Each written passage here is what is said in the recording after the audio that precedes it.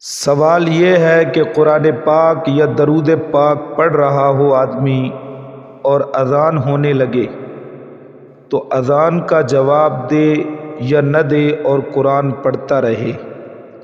تو اس کا جواب یہ ہے کہ در مختار اور شامی میں ہے کہ قرآن پاک کی تلاوت موقوف کر کے اذان کا جواب دے، اور درود پاک کا بھی یہی حکم ہے۔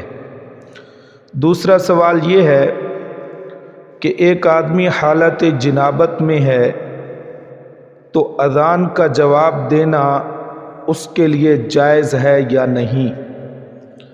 تو اس کا جواب یہ ہے کہ در مختار میں ہے وَيُجِيبُ مَنْ سَمِعَ الْأَذَانَ إِلَىٰ آخِرِهِ، یعنی ہر وہ شخص جو اذان سنے جواب دے اگرچہ جنبی ہو۔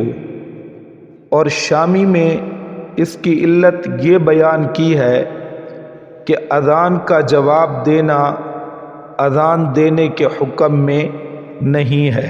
واللہ اعلم بالصواب۔